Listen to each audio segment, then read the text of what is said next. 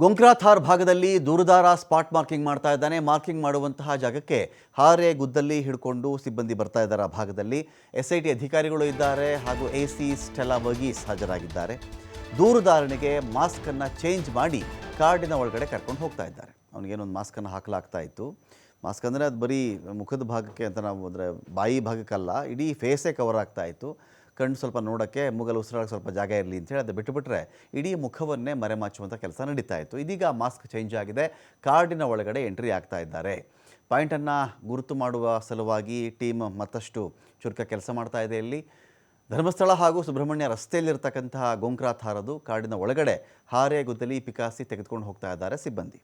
ಇವತ್ತು ಪಾಯಿಂಟನ್ನು ಮಾರ್ಕ್ ಮಾಡಿಕೊಂಡು ಶೋಧ ನಡೆಸಲಿದೆ SIT ತಂಡ.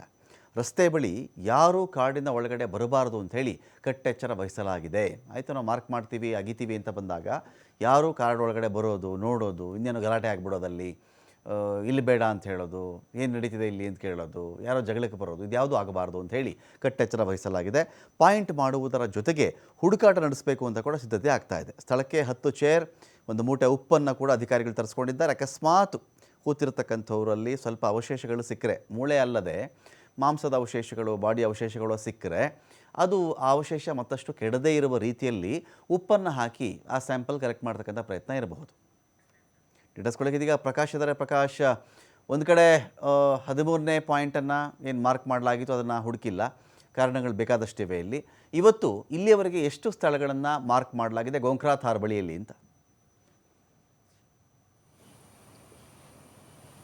ರಮಾಕಾಂತ್, ಈಗಾಗಲೇ ಇವತ್ತು ನಿರೀಕ್ಷೆ ಇದ್ದಿದ್ದು ಪಾಯಿಂಟ್ ನಂಬರ್ 13ರ ಬಳಿ ಬರ್ತಾರೆ. ಅಲ್ಲೊಂದಿಷ್ಟು ಉತ್ಖನನ ಕೆಲಸ ಆರಂಭವಾಗ್ಬೋದೇನೋ ಅನ್ನುವ ನಿರೀಕ್ಷೆ ಇತ್ತು. ಒಂದು ಕಡೆ ಅದಕ್ಕೆ GPR ಸಿಸ್ಟಮ್, ಆಧುನಿಕ ತಂತ್ರಜ್ಞಾನವನ್ನು ಬಳಸ್ತಾರೆ ಅನ್ನುವ ನಿರೀಕ್ಷೆ ಕೂಡ ಇತ್ತು. ಆದರೆ ಇವತ್ತು ಎಲ್ಲವೂ ಕೂಡ ಬದಲಾಗಿ ಹೋಗಿದೆ, ಚೇಂಜ್ ಆಗಿರುವಂಥದ್ದು. ಯಾಕಂದರೆ ನಿನ್ನೆ ಯಾವುದೇ ಕೂಡ ಶೋಧ ಕಾರ್ಯವನ್ನು ನಡೆಸಿರಲಿಲ್ಲ. SIT ಅವರು ಅನಾಮಿಕ ಕಡೆಯವರನ್ನು, ಅಂದರೆ ಅನಾಮಿಕ ಯಾರ್ಯಾರು ಸಂಪರ್ಕ ಮಾಡಿದ್ರು ಅಂಥವ್ರನ್ನ ಕರೆದು ವಿಚಾರಣೆ ಮಾಡಲಾಗಿತ್ತು. ಜೊತೆಗೆ ಒಂದಿಷ್ಟು ಜನ ಸಾಕ್ಷಿಯನ್ನು ಹೇಳ್ತೀವಿ ಅನ್ನುವ ರೀತಿಯಲ್ಲಿ SIT ಕಚೇರಿಗೆ ಬಂದು ಆಗಮಿಸಿದ್ರು. ಹಾಗಾಗಿ ನಿನ್ನೆ ಒಂದಿಷ್ಟು ಮಾಹಿತಿಯನ್ನು ಕಲೆ ಹಾಕಿದರು. ಇವತ್ತು ಏಕಾಏಕಿ ಮಧ್ಯಾಹ್ನ ಸುಮಾರು 1:20ರ ಸಂದರ್ಭದಲ್ಲಿ ಮಾರ್ಗವನ್ನು ಕೂಡ ಬದಲಾವಣೆ ಮಾಡಿದರು. ನೇರವಾಗಿ ಉಜಿರೆಯಿಂದ ಧರ್ಮಸ್ಥಳಕ್ಕೆ ಬಂದು ಧರ್ಮಸ್ಥಳದಿಂದ ಸುಬ್ರಹ್ಮಣ್ಯದ ರೋಡ್ನಲ್ಲಿ ಬೋಳಿಯಾರು ಬಿಟ್ಟ ನಂತರ ಗೊಂಕ್ರಾಥಾರ್ ಎಂಬುವ ಕಾಡಿನ ಒಳಭಾಗಕ್ಕೆ ಈಗಾಗಲೇ ಅನಾಮಿಕನನ್ನು ಕೂಡ ಕರೆದೊಯ್ದಿರುವಂಥದ್ದು, ಈಗಾಗಲೇ ಆ ದೃಶ್ಯಗಳು ಸಿಕ್ಕಿರುವಂಥದ್ದು.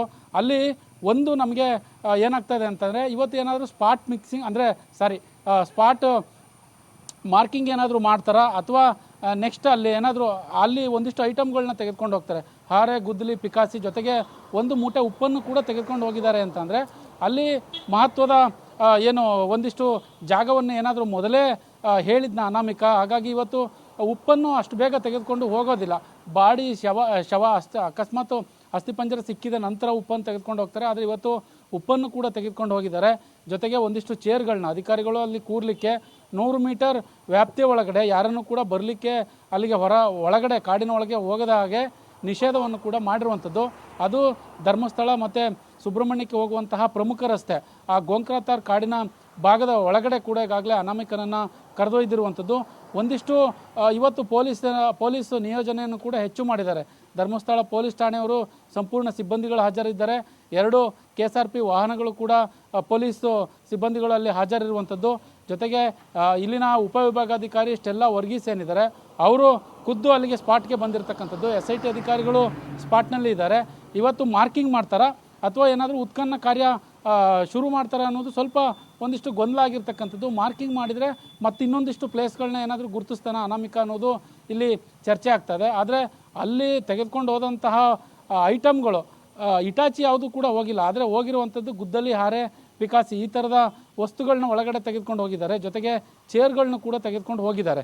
ಮೋಸ್ಟ್ಲಿ ಚೇರ್ಗಳೆಲ್ಲ ಅಧಿಕಾರಿಗಳಿಗೆ ಇರ್ಬೋದು. ಅಕಸ್ಮಾತ್ ಲೇಟ್ ಏನಾದರೂ ಆದರೆ ಅಲ್ಲಿ ಅಧಿಕಾರಿಗಳಿಗೆ ಕೂರ್ಲಿಕ್ಕೆ ಕೂಡ ವ್ಯವಸ್ಥೆ ಮಾಡಿಕೊಡ್ಲಿಕ್ಕೆ ಎಲ್ಲ ರೀತಿಯಾದಂತಹ ವ್ಯವಸ್ಥೆ ಮಾಡಿಕೊಂಡು ಕೆಲಸ ಶುರು ಮಾಡ್ತಾರೆ ಅನ್ನೋದನ್ನು ಕಾದು ನೋಡಬೇಕಾಗುತ್ತೆ. ಇವತ್ತು ಬಹಳ ಮುಖ್ಯವಾಗಿ ಅನಾಮಿಕನಿಗೆ ಮಾಸ್ಕನ್ನು ಕೂಡ ಚೇಂಜ್ ಮಾಡಿರುವಂಥದ್ದು. ಪ್ರತಿದಿನ ಬ್ಲ್ಯಾಕ್ ಮಾಸ್ಕನ್ನು ಕೂಡ ಹಾಕ್ತಾಯಿದ್ರು. ಇವತ್ತು ಒಂದು ರೀತಿ ಬೇರೆ ಕಲರ್ ಮಾಸ್ಕನ್ನು ಕೂಡ ಹಾಕಿದ್ದಾರೆ. ಅದರಲ್ಲಿ ಒಂದಿಷ್ಟು ಅನಾಮಿಕನ ಮುಖ ಗುರುತಾಗೋದಿಲ್ವ ಆಮೇಲೆ ಕೂಡ ನೋಡಬೇಕಾಗುತ್ತೆ. ಬಟ್ ಇವತ್ತು ಶೋಧ ಕಾರ್ಯ ಮಾರ್ಕಿಂಗ್ ಮಾಡಿದ ನಂತರ ಶೋಧ ಕಾರ್ಯ ಏನಾದರೂ ಮುಂದುವರೆದ್ರೆ ಅದು ಪಾಯಿಂಟ್ ನಂಬರ್ 14 ಅನ್ನಬಹುದು. ಬಟ್ ಈಗ ಸದ್ಯಕ್ಕೆ ನಮಗೆ ಮಾಹಿತಿ ಇರುವಂಥದ್ದು ಆ ಗೋಂಕ್ರಾತಾರ್ ಕಾಡಿನ ಭಾಗದೊಳಗೆ ಹೋಗಿರ್ತಕ್ಕಂಥದ್ದು ಮಾರ್ಕಿಂಗ್ ಮಾಡ್ಲಿಕ್ಕೆ ಅಥವಾ ಶೋಧ ಕಾರ್ಯ ಮಾಡ್ಲಿಕ್ಕೆ ಅನ್ನೋದು ಒಂದಿಷ್ಟು ಚರ್ಚೆ ಆಗ್ತಾ ಇರುವಂಥದ್ದು ರಮಾಕಾಂತ್. Thank you Prakash.